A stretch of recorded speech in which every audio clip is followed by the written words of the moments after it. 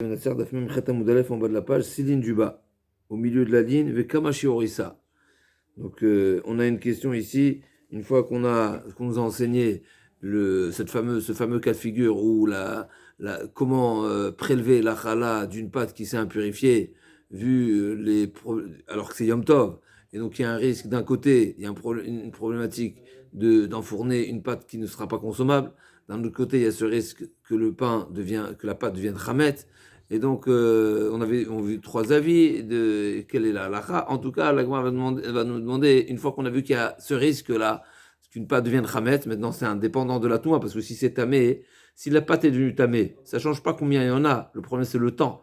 Donc, c'est sûr qu'au final, si on n'a pas de moyen de l'enfourner, si on n'a pas de moyen de stopper la fermentation de la pâte, ça va finir par chametz. Mais malgré tout, par précaution, quelle est la quantité maximale à ne pas dépasser pour ne pas risquer de s'empêtrer. D'accord, de trouver dans la... Voilà, hein. Oui, en petites quantités. Alors, l'avantage des petites quantités, c'est qu'on a les capacités logiquement, de la travailler rapidement, de finaliser rapidement, etc. Bon, après, toujours, bien sûr, il faut être bienveillant, mais moins il y a de quantité, moins voilà, normalement, on se prépare en fonction. Par contre, d'un autre côté, si tu fais que des petites quantités de pâtes, effectivement, le contre-coup, on va dire, c'est le fait de te dispenser du devoir de challah, puisqu'on sait que le devoir de challah, il y a un shiur minimum de farine, à partir duquel nous sommes chavim de challah. Donc il y a va omer asiri taïfa, si je ne me trompe pas, c'est là-bas qu'on apprend. Donc on va voir ici la Gemara. Mais comme Ashur Issar, Bishme Benouchar, Rabbi Yochanan Broga, premier avis, omer, Bechitin Kabaïn, d'Okav. Donc pour revenir au shiur, pour mettre ça un petit peu voilà, à notre avec les unités qu'on connaît. Alors déjà, on sait que les mesures de la Torah, c'est relativement simple. Ils sont mesurés. Donc il y a des mesures, ok, il y a cave, il y a log, etc. Mais au final, la mesure qu'on connaît, c'est la taille d'un œuf. Et donc pour convertir un cave en œuf, chaque cave, c'est 4 lougines, et chaque loug, c'est 6 œufs. Donc ça fait 24 œufs. Un cave. Là, on a dit 2 kabaïm. Donc ça fait 48 œufs. Donc c'est pas énorme. Et là, on va voir tout de suite, est-ce que c'est en grains ou en farine? On y arrive tout de suite. Donc quand on parle de cave ici, est-ce qu'on parle de grains de blé à partir duquel on va faire de la farine? Donc on est vraiment à l'étape première. Donc premier avis, Kamashurisa, Rabbi Shmuel ben Sharber Bechitin, si c'est du blé, Kabain, Bessorin, Shlochet Kabine, 3 cabines, donc on a un tiers de plus, donc on a dit donc si c'est 48, encore 24, donc c'est pas mal, d'accord, donc ça fait 72, Razak Barour, 72, le volume de 72 œufs. Rabbi Nathan Omer Mishmar Bezer, Chilufat Varim, l'inverse, au contraire, si c'est en blé, c'est plus important que de l'orge, on arrive tout de suite. Vatania Rabbi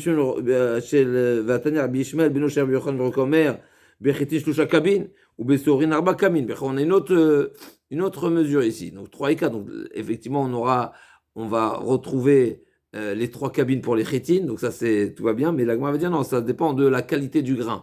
Finalement, selon la qualité du grain, tu vas obtenir de la farine. Et donc ça dépend du grain. Et c'est pour ça que je disais tout à l'heure que quand on parle ici du volume, c'est pas du volume en farine, c'est du volume en grain. Lokashia, abechasirta, abemaaliata. Donc ça dépend de la qualité. La traduction, on parle dans un volume de 3 cabines de grains qui sont pas top, c'est l'équivalent de 2. Donc il y a 30%, 33% qui est pas... alors je sais pas si précisément Rachid dit pas précisément est-ce que c'est certains grains c'est des grains pas triés et donc on va trier le grain, donc il y a certains grains qui ne seront pas moulus carrément, ou bien non, c'est un grain qui ne veut pas donner de farine. Ça revient au même en tous les cas. Ouais, dis-moi. Et là on est en train de voir ici bien plus, on est en train de dire que la différence entre les bons grains, c'est pour ça que je dis que dans Rachi, je sais pas précisément comment c'est quoi le sens ici de Chassirta. Rashi dit Kamaita bemaliata, batraita bechassirta. Donc la première enseignement qui disait que c'est 2 cabines, on parle en bon grain, Et les deux, la deuxième version qui parlait de 3, donc c'est 30% de plus, c'est des mauvais grains. Il nous dit chez Shalosh, chez Lahem, Enamela Kabim Tovot. Alors, je ne sais pas si c'est à nouveau, si c'est en qualité de grain, ou bien c'est qu'il y a des grains qui ne sont pas très, etc. Ça ne nous change pas tellement, c'est juste ce qui est intéressant, c'est la définition de Chassirta. Je vais juste voir si j'ai une. Ici, dans les notes, ils disent que c'est des grains qui sont mauvais, qui sont DAC. Donc, c'est des petits grains. J'imagine qu'il y a que dans un petit grain, donc la partie, si on peut parler de la chair du grain, il est moins important que dans un gros grain. Ok. En tout cas, donc l'okashia, abe chassirta b'maliata marav pashmamina, garin chite chassirta, mechite me'aliata, tfe midegarin tsare chassirta misare me'aliata. Si on fait on va dire le parallèle entre un bon grain de blé et un mauvais grain de blé, et on le fait parallèle avec le bon grain d'orge et le mauvais grain d'orge, donc il nous dit garine chite chassirta mechite maliata tfe midegarine sare chassirta misare maliata. Donc la différence, on va dire le delta qu'il y a entre des mauvais grains de blé par rapport à des bons grains de blé, en comparaison avec les bons grains d'orge et les mauvais grains d'orge, alors les mauvais grains de blé sont moins bons que les mauvais grains d'orge. C'est-à-dire, si on fait le parallèle, d'accord, bon grain de blé, mauvais grain de blé, parallèle à bon grain d'orge et mauvais grain d'orge, et ben quand le grain de blé il est mauvais, il est plus mauvais relativement que le mauvais grain d'orge par rapport à son bon grain. Pourquoi? Parce que là on voit des louatins par rapport au blé, on a dit la première enseignement c'était 2, et pour un bon grain, donc 2 kabaïn, et quand il est mauvais c'est 3. Donc on a, d'accord, donc ça nous fait 3 par rapport à 2, donc ça fait, donc on calcule ça. Dans la Gemara, on parle de millébar et millégav. Donc, c'est-à-dire, comment tu appelles ça? La Gemara va appeler ça un tiers de plus. Un tiers de plus, c'est-à-dire que la partie ajoutée, c'est le résultat de la somme totale, c'est indivisible de 3. Donc, quand j'ajoute un cave sur 2, j'ai rajouté un tiers. Mais c'est un tiers, c'est plus qu'un tiers en réalité. Par rapport à la somme d'origine, c'est du 50% que tu as rajouté. C'est pas du. D'accord? En tout cas, la Gemara appelle ça tilta, un tiers. Alors qu'ici, pour l'orge, c'est un quart. Donc on a dit que quand on parle d'une bonne qualité de grain d'orge, c'est 3 cabines, et alors quand elle est mauvaise, c'est 4. Donc tu as rajouté combien? Tu as rajouté 1 par rapport à 3, donc là, elle appelle ça un quart, c'est plus facile dans ce calcul-là. Et si on veut l'appeler en pourcentage pour nous, donc si sur 3, sur 3 parts, tu as rajouté une part, donc c'est 33%. 33%. D'accord? Oui. Et ok. Maintenant, la Gemara, elle va revenir. Donc ce qui nous intéresse nous, ce qu'on cherche à savoir, c'est la mesure, donc la quantité de pâte qu'on peut pétrir à Pessar pour ne pas prendre de risque que la pâte en question devienne chametz. Et donc la Gemara dit à Marava, kava milugna l'épisra vechen lechala. Donc un cave milugna, donc c'est un endroit, que ce soit pour Pessah, c'est-à-dire qu'à Pessah, on ne dépassera pas un cave. Donc on a dit encore une fois, un cave, c'est 4 lougines, et un loug, c'est 6 bétim. Donc un cave, c'est, à nouveau, là on parle d'un cave melugna, donc on ne sait pas précisément c'est quoi la différence, mais en tous les cas, quand on parle d'un cave, la mesure d'un cave, c'est 24 œufs. Donc Pessah, tu ne dépasseras pas 24 œufs. Le volume en quoi? Et on y arrive tout de suite, en farine a priori, on y arrive tout de suite. Vechen echala. Et donc, même au courant de l'année, donc à Pessah, tu ne dépasses pas ce chiour-là d'un cave, mais l'ugna, on va voir tout de suite que ce n'est pas le cave de 24 œufs, parce que pour la chala, ce n'est pas 24 œufs, ça va avec sur la Gemara. Vechen lechala, à partir d'un volume de 24 œufs de farine, tu es déjà t'as déjà le devoir de prélever la chala. Vechen la chala, Gma demande, va tenir Hameshet Revaim. Pas du tout, c'est marqué qu'il faut 5 Revaim. Donc, si on traduit littéralement, c'est 5 quarts. 5 quarts de quoi? De log. Donc, on a dit un log, c'est 6 œufs. Donc ça fait 6 fois 5, ça fait 30. Un cave, on avait dit que c'est 4 logs. Voilà. Donc non, c'est simple. Un cave, c'est 4 logs. Maintenant, on va passer en log. Un log, c'est simple. Un log, c'est 6 œufs. Ouais. Donc, 5 quarts, c'est quoi? C'est 6 fois 5. D'accord. Un quart, c'est 6 œufs. 6 fois 5, 30, ça fait 30 œufs. C'est simple. Ouais, on va simplifier encore une fois. Quand on parle de Revaim, on parle de quarts, c'est des logs. Donc 5 quarts, et chaque quart, la valeur de ce quart-là, c'est 6 œufs. Donc on est bon. Donc on va à cave, n'est-ce pas? Puisqu'on a dit encore une fois, un cave, c'est 4 lugin. Donc quand on parle de quart, mais là, pardon, c'est des quarts des quarts de cave.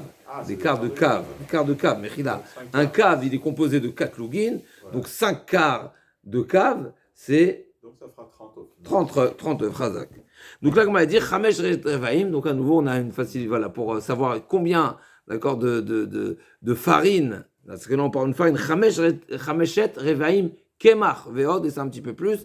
Chayevet Chavim Bechala.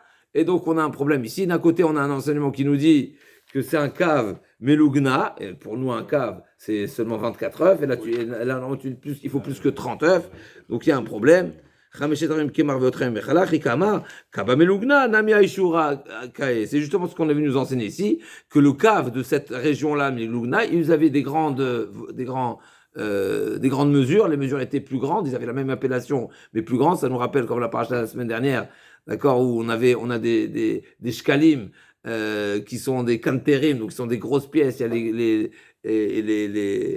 a les pièces, donc il y avait différentes pièces qui avaient une même appellation, mais ils n'avaient pas forcément le même volume. À l'époque, la valeur de la pièce est selon son poids. C'était de l'argent, c'était de l'or, c'était du nérochette, du cuivre, donc c'était la matière. Mais il pouvait avoir deux pièces qui n'ont pas la même taille, qui ont la même appellation. D'accord? Donc là aussi, il y avait un cave, donc il s'appelait cave, mais en réalité, son volume était plus important. Donc il avait un quart de plus, donc 6 œufs de plus. Okay. Melugna. Est-ce que c'est intéressant qu'on retrouve, on retrouve le RDA, mais c'est Lugna. Mais ce qui est intéressant, c'est qu'on trouve le mot lug dans cette région, dans ce village, qui est d'accord. Ok. Ils ont un lug de plus dans leur cave. C'est ce qu'il en sort. Ok. Ok.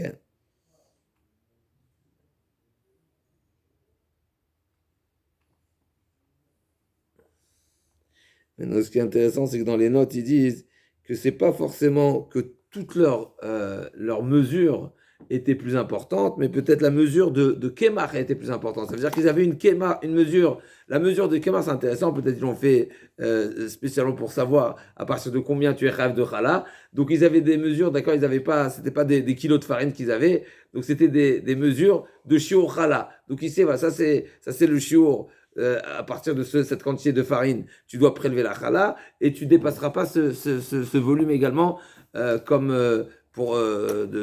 tu pétriras pas plus qu'un shiur de cette quantité à ne pas dépasser à Pessar pour ne pas risquer que ça devienne chametz. Amar Rav Yosef, ane nashedidan naog lemifa kfiza kefiza lepisra. Donc il nous dit, Rav Yosef, il dit, nos femmes ont l'habitude, c'est intéressant, donc c'était les femmes qui faisaient également d'accord, de faire les matzot, même si on sait que les matzot, c'est un métier pas facile. D'abord, alors c'est vrai qu'en Eretz Israël, on trouvera qu'il y a des femmes également, comme ça j'ai pu voir, j'ai entendu également qu'il y a certaines femmes qui font ce métier. C'est un métier très difficile, mais c'est très très physique, surtout avec les matzot d'aujourd'hui. Alors ça ne veut pas dire forcément qu'à l'époque elles étaient comme celles d'aujourd'hui, mais c'est très physique, et pour étaler la pâte et la rapidité, et c'est vraiment, aujourd'hui ils font pas en 18 minutes, ils font beaucoup moins en 18 minutes, c'est quelques fractions de secondes de cuisson, n'est-ce pas? C'est comme c'est encore plus fort, c'est encore plus fin qu'une pâte à pizza. Et une pâte à pizza, c'est même pas 2 minutes de cuisson. Avec, alors, vous allez me dire, aujourd'hui, on a des fours également qui montent très, très fort, qui ont une très, très forte température. Ça ne veut pas dire qu'à l'époque, vous n'avez pas ces mêmes moyens, parce que finalement, le secret du four, c'est, entre autres, c'est la pierre, c'est la qualité de pierre qui va maintenir la chaleur. En tout cas, c'est quelques fractions de seconde. Et donc, en tout cas, là, à l'époque, c'est intéressant. Néché Didan, donc on a l'impression que c'était que les femmes n'est-ce pas, qui se préoccupaient des matzot et pas forcément les hommes, même si, juste pour rappeler la parenthèse, il y a un rave, si je ne me trompe pas, c'est le rave de Brest qui dit que normalement, à Pessah, on devrait manger les matzot que le soir du Seder.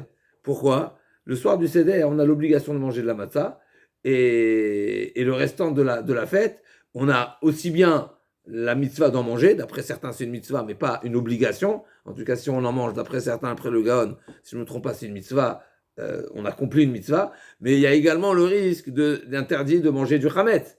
Donc en réalité, tu devrais t'abstenir de manger de la matzah, de peur que cette matzah ait chametz. D'accord? Donc c'est intéressant comme vision et de l'importance de cette interdiction. En tout cas, voilà, donc c'est Nachenidan, Naoul Mifa, Kviza. Donc c'était en réalité des petites mesures qui font seulement 3 logs.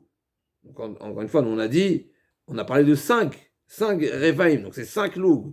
Et là on nous dit 3 logs. Donc qu'est-ce qu'ils gagnent? C'est une manière de dire que les femmes étaient plus, ils craignaient plus et ils ne voulaient pas risquer le problème de... Donc c'est eux qui connaissent, n'est-ce pas, ils connaissent le métier, c'est eux qui ont l'habitude de pétrir en général pendant l'année. Et bien à Pessah, ils avaient une pratique très plus stricte.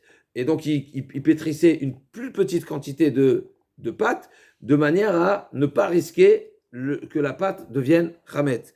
Et donc, il lui a dit, donc il faisait en fournée de 3 lougim. Des petits shiurim, donc c'est presque la moitié du volume habituel que la Gemara nous avait conseillé de faire. On parlait de 5 quarts, donc on parle de 30 œufs, là on parle de 3, ça fait 18, donc c'est bien, c'est d'accord. Et donc là, il lui a dit à Marav Yosef, Kvisa les Pesach Amarle Abaye, Maïdatra, la Khumra. Qu'est-ce que tu viens me dire ici? Que les femmes, elles ont pris sur elles une pratique, on va dire, donc plus sévère pour ne pas risquer. Mais cette Khumra, ok, c'est bien, il s'écarte du risque du Hametz, mais d'autre part, il manque une mitzvah. Alors c'est intéressant parce que t'es pas chayav. C'est intéressant, l'agma dit Khumra d'ateli des kulaou. Pourquoi des kam afkala michala? Parce que le fait de pétrir une petite quantité de pâte, eh ben, tu seras dispensé de chala. Ok, vaut mieux ne pas faire a priori. On comprend pas ce que le poids ici entre les deux.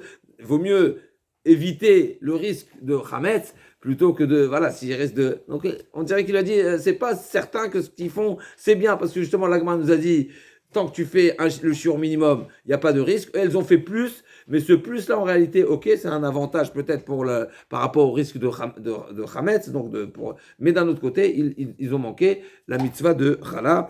Et donc, il lui a dit à Marley, non, tu sais quoi, il y a une solution. Parce qu'il y a un avis qui dit qu'effectivement, c'est vrai que Minadin, Mikaradin, normalement, c'est marqué Reshita Resotechem, le chiyuv de chala, comme on l'avait dit au début de la Suga, le chiyuv s'impose quand on pétrit, donc quand la pâte est pâte. Mais il y a quand même certains avis qui... Et donc, si tu n'as pas la quantité au moment du pétrissage, eh ben, normalement, tu es dispensé. L'agma dit non. Il y a des avis qui disent qu'il y a un moyen de retrouver le chiyuv de chala quand on va réunir et on va rassembler tous les pains dans un même panier ou dans le tanour. On va voir les différents avis jusqu'à l'une de Gemara. Amarle et Davnan qui Rabbi Elazar tener Rabbi Elazar Omer, à Rodé Venotenasal. Donc rodé, c'est le terme approprié pour sortir le pain du four. Le four à l'époque, les pains ils étaient collés sur les parois. C'était une chorma même une mélacha de sortir le pain du four pour ne pas le casser, pour ne pas le sortir à temps, etc. Donc rodé venotenasal, donc il est mis dans un panier comme aujourd'hui, n'est-ce pas? Ils sortent de leur fameuse moules, ils les mettent dans des paniers en osier pour refroidir, etc. Et bien, sal metzarfan lechala. Et bien, si au final, on a réuni des différentes pâtes ils ont été pétris demi-chiour, donc 3, et encore 3, on les a fait en 2 fois, ensuite on les a réunis, et bien à ce moment-là, on sera chayav de chala, même si ça a déjà été cuit. Donc ça nous rappelle la position de Rabbi Eliezer dans la Mishnah qui nous dit c'est pas lié directement, mais en tout cas dans la Mishnah nous dit qu'on peut prélever la chala après la cuisson. Il n'y a pas de en tout cas de Diavad, il n'y a pas de problème. Amar Shmuel, Ve'amar Ravuda, Amar Shmuel, Raki Rabbi Eliezer. Et donc, la halakha, elle est comme ça, donc il n'y a pas de problème. Donc toi, tu me dis, donc j'ai tout gagné. Et quand je pétris, j'ai gagné le risque que ça devienne Chametz. Et ensuite, j'ai pas perdu la mitzvah de Chala parce que je la retrouve quand j'ai réuni les différentes mesures. Amar Levi Aitmar Alam Rabbi Shua ben Levi, Lo Shanu Ela Kirot Shel Bavel, Shel Noshrot Zomizu. Donc il y a différentes types de pain. Est-ce que Noshrot Zomizu, normalement dans Noshrot également, il y a différents avis, c'est quoi la définition de Noshrot, mais normalement Noshrot, c'est qu'on les met côte à côte dans le four et ils se mordent, littéralement ils se mordent, ça veut dire qu'ils se collent, ils se touchent. Et donc Aval Kirchin, c'était des pains, on va dire comme des baguettes, des pains longs, comme ça c'est rapporté ici, des pains longs et fins, étroits, ils vont pas forcément se toucher. Et bien là, ils sont pas mistarif, ils ne retrouvent pas ce shiur shalem. Et donc, dans ce cas-là, ils seront pas chayav de chala. Aïtmar alam Rabbi Chaina filou kechin. Donc effectivement, il y a un avis au nom de Rabbi Chaina, donc il y a une marloquette entre Rabbi Shua ben Levi, qui fait la différence entre les différents types de pain, est-ce qu'ils se mordent ou ils se mordent pas, est-ce qu'ils se touchent, ils se touchent pas pendant la cuisson. Et certains, mais Rabbi Chaina dit non, même les pains, les flûtes, les baguettes. On